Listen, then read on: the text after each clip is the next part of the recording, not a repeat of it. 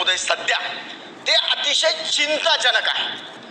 आणि ते याच्याकरता आहेत की वय वर्ष 18 म्हणजे नुकतेच 12वी पास जास्तीत जास्त ते मुलं मुली झालेले असणार आहे अध्यक्ष महोदय. मुलगा सुद्धा काही कमावता 21व्या वर्षामध्ये अजून तुम्ही आणि मी कधी बघितलेला नसेल अध्यक्ष महोदय.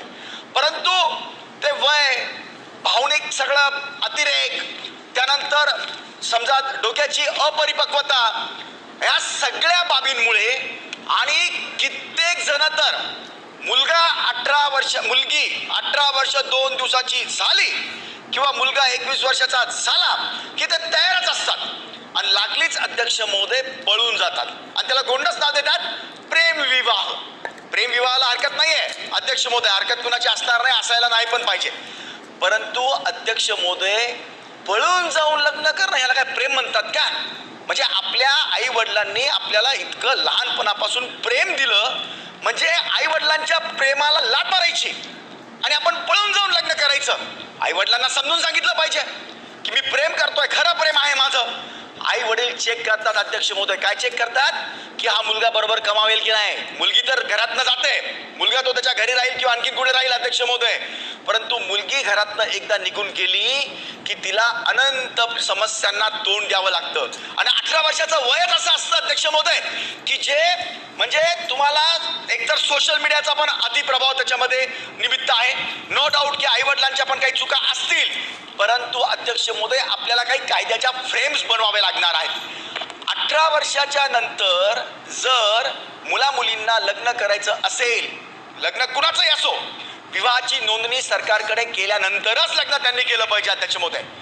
18 वर्षाचं वय झालं, तुम्ही पळून चाललेत आणि तिथून ते लिहितात पीआयला तिथल्या लोकलच्या की आम्ही आता येतोय आणि मला माझ्या आई वडिलांकडनंच जीवे मारण्याचा धोका आहे. अरे हे काय प्रकार चालले अध्यक्ष महोदय? मी पुन्हा पुन्हा सांगतो, 18 वर्ष मुलीचं वय म्हणजे अवघ्या फक्त 12वी पास किंवा तिला ग्रॅज्युएशनचं पहिलं वर्ष असणार आहे. आई वडील काय बघणार अध्यक्ष महोदय? मुलगा चांगला आहे की नाही, हा भविष्यामध्ये बरोबर त्याचं कुटुंब चालवेल की नाही, ह्याचं समाजामध्ये वर्तन कसं आहे, ह्याच्या सगळ्या बाकीच्या हॅबिट्स कशा आहेत, हे आई वडील चेक करूनच मुला मुलीचं लग्न लावतात. किंवा मुलंवाले असले तरी त्या मुलीच्या बाबतीमध्ये चेक करतील. परंतु असा कोणताही विचार न करता अध्यक्ष महोदय हे पळून जाण्याचे प्रकार जे वाढलेले आहेत त्याला आपल्याला कायदेशीर पायबंद घालण्याची गरज आहे. दुसरं, सायंटिफिकली सुद्धा 18 वर्षाचं तुम्ही म्हणजे जे अपत्य नंतर होतात अध्यक्ष महोदय ते 21 वर्षाच्या खाली जर झाले तर त्याला अनंत आजाराला अध्यक्ष महोदय आपल्याला सामोरं जावं लागतं. म्हणजे ते बरेच आहेत, मी सगळे तुम्हाला आता सगळे सांगणार नाही अध्यक्ष महोदय. परंतु म्हणजे मातृत्व वयाचं जे आहे अध्यक्ष महोदय, कुपोषण, कमी वजनाची बालके जन्माला येणे, माता आणि बालकाच्या आरोग्यावर दीर्घकालीन परिणाम होणे, असे अनंत क्षयरोगाकडे वाटचाल होणे, असे अनंत आजारांना सुद्धा कमी वयाच्या मुलींना प्रेग्नन्सी झाल्यामुळे किंवा त्यांना अपत्य झाल्यामुळे याचा सामना करावा लागतो. आणि सगळ्यात महत्त्वाचं काय अध्यक्ष महोदय, जाताना तर जातात, तुम्ही कित्येक उदाहरणं बघा, 80% विवाह हे टिकत नाहीत. लग्न झाल्यानंतर डिवोर्स घेतात आणि मग नंतर स्वतःला लाज वाटते पुन्हा आई वडिलाकडे येण्याची, किंवा आले तरी ते आई वडील त्यांना ॲक्सेप्ट करायला तयार नसतात. त्यांना सामाजिक ह्याच्यामध्ये काहीतरी अपमान झाल्यासारखं अध्यक्ष महोदय वाटतंय. मी म्हणून सांगितलं अगोदरच की आपल्या आई वडिलांना विश्वासात घेऊन किंवा घरच्यांना, पालकांना, भावाला विश्वासात घेऊन, प्रेम काय असं पळून जाण्याचं असतं का? प्रेम आहे ना अध्यक्ष महोदय, जर त्यांना 18 वर्षाचा नंतर जर लग्न करायचं असेल असं पळून जाऊन किंवा स्वतःच्या मनाने, तर त्यांना काउन्सिलिंग गव्हर्नमेंटची असली पाहिजे. त्या आई वडिलांना चान्स दिला पाहिजे की ते समोरवाल्याचं कुटुंब किंवा तो मुलगा काय कमावतो आहे ते, आणि तो पर त्याला करायचंच असेल. असे बरेच आई वडील सुद्धा आहेत की ते खरं प्रेमविवाह आहे, मुलगा चांगला आहे, तरी ते संमती देत नाही, विनाकारणचे खोटे सामाजिक प्रश्न निर्माण करतात. जर असं कुणी केलं किंवा इतोपर त्यांना लग्न करायचं असेलच तर किमान मुलीचं वय 21 वर्ष, मी पुन्हा सांगतो मंत्री महोदय, मला हे नाही म्हणायचं की 18चं 21च करा, त्याच्याकरता कायदा प्रलंबित आहे. 18 वर्षाच्या वयाला सुद्धा मुलीचं लग्न जर करायचं असेल किंवा मुलाचं 21 करायचं असेल, आई वडिलांची संमती गरजेची आहे. त्यांना चेक करू द्या सगळ्या सामाजिक बाबी.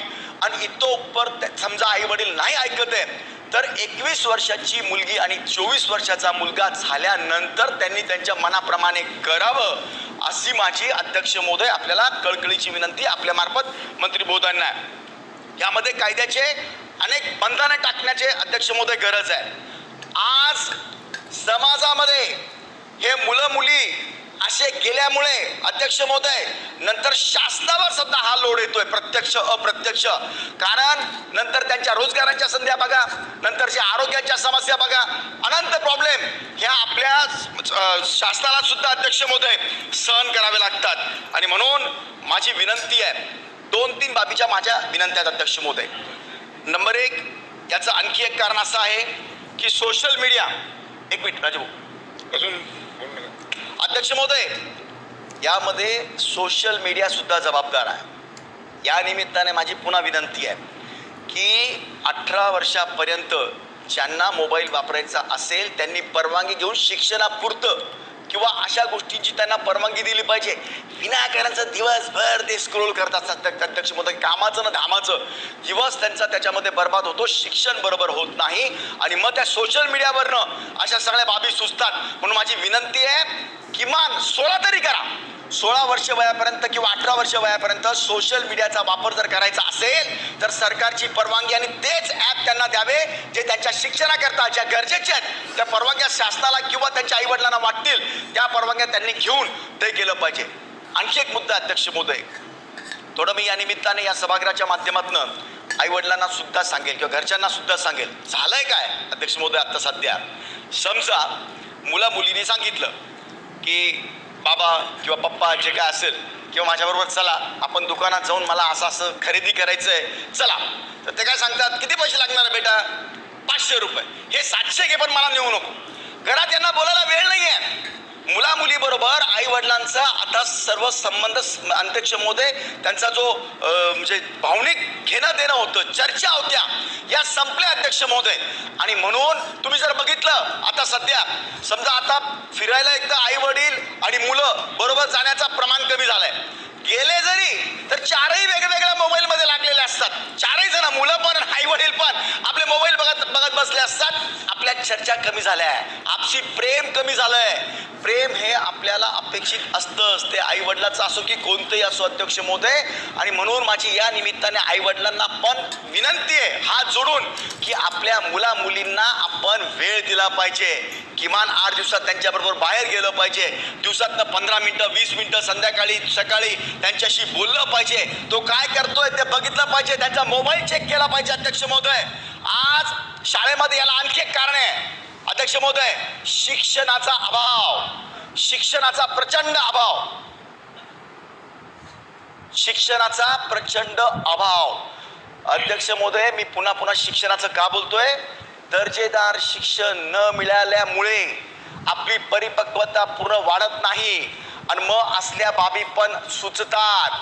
आई वडील सुद्धा, थोडं स्पष्ट बोलतो अध्यक्ष महोदय, मी गावागावामध्ये जिल्हा परिषदेच्या शाळामध्ये आपल्याला मोफत पुस्तकं पाहिजे, मोफत खिचडी पाहिजे, मोफत गणवेश पाहिजे, शिक्षण मोफत पाहिजे, बिल्डिंग्स पाहिजे, सर्व पाहिजे. परंतु कधी आई वडील जाऊन बघतात का की महिन्याच्या कमीत कमी एका शनिवारी की माझा मुलगा किंवा मुलगी काय शिकतोय, काय येतंय त्याला, त्यांना जर समजत नसेल तर त्या शिक्षणाची जी सुधीर भाऊ अध्यक्ष महोदय, किमान त्यांना त्या शिक्षणामध्ये जी आपली शिक्षण समिती असते त्यांना घेऊन कधीही आई वडील, मला 99% शिक्षक म्हणजे आई वडील हे कधीही शाळेमध्ये मी गेलेले बघितले नाही की माझ्या मुला मुलीला काय येतं काय नाही येत. म्हणून हा दुहेरी संगम होणं अत्यंत गरजेचं आहे अध्यक्ष महोदय. दर 4 गल्लीला दर हप्त्याला आम्ही एक प्रकरण आता सध्या हँडल करतोय. कित्येक मुलं मुली पळून जाऊन त्यांना अपत्य होतात, तो मिस्टर त्यांना सोडून देतो आणि मग ते मुलगा मुलीला त्याचे आई वडील सुद्धा म्हणजे ऍक्सेप्ट करत नाही आणि ती मुलगी वाऱ्यावर पडते. म्हणून माझी जास्त वेळ न घेता मंत्री महोदयांना विनंती आहे की आपण याला कडक कायद्याचा स्वरूप, जर त्यांना असे लग्न करायचे असतील तर राज्य शासनाची काउन्सिलिंग सेंटर असले पाहिजे. 18 वर्षाच्या आणि 21 वर्षाच्या आतले कायद्याचं जे विवाहाचं बंधन आहे ते तुम्ही अधिकचं जे करणार आहेत केंद्राच्या कायद्याप्रमाणे त्यालाही पाठपुरावा कराच करा. पण आता ज्यांना लग्न करायचे असतील कोणालाही 18 वर्षाचे असो, 20 वर्षाचे असो, 25 वर्षाचे असो, शासनाकडे विवाहाची नोंदणी केल्याशिवाय हे लग्न होऊ नये आणि त्यांच्या आईवडिलांना तो चान्स द्यावा की त्याचं समोरवाल्याचं कुटुंब कसं आहे. अनेक गोष्टी अध्यक्ष महोदय बोलण्यासारख्या आहेत, परंतु माझा तो जिस्ट आहे या सगळ्यातला बोलण्याचा तो इतकाच आहे की समजून उमजून साऱ्या गोष्टी झाल्या तर हरकत नाही. अशाच नवनवीन अपडेटसाठी व्हिडिओला लाईक करा, चॅनलला सबस्क्राईब करा. सर्व शासकीय योजनांची अचूक व वेगवान माहिती फक्त 20 या आपल्या चॅनलवर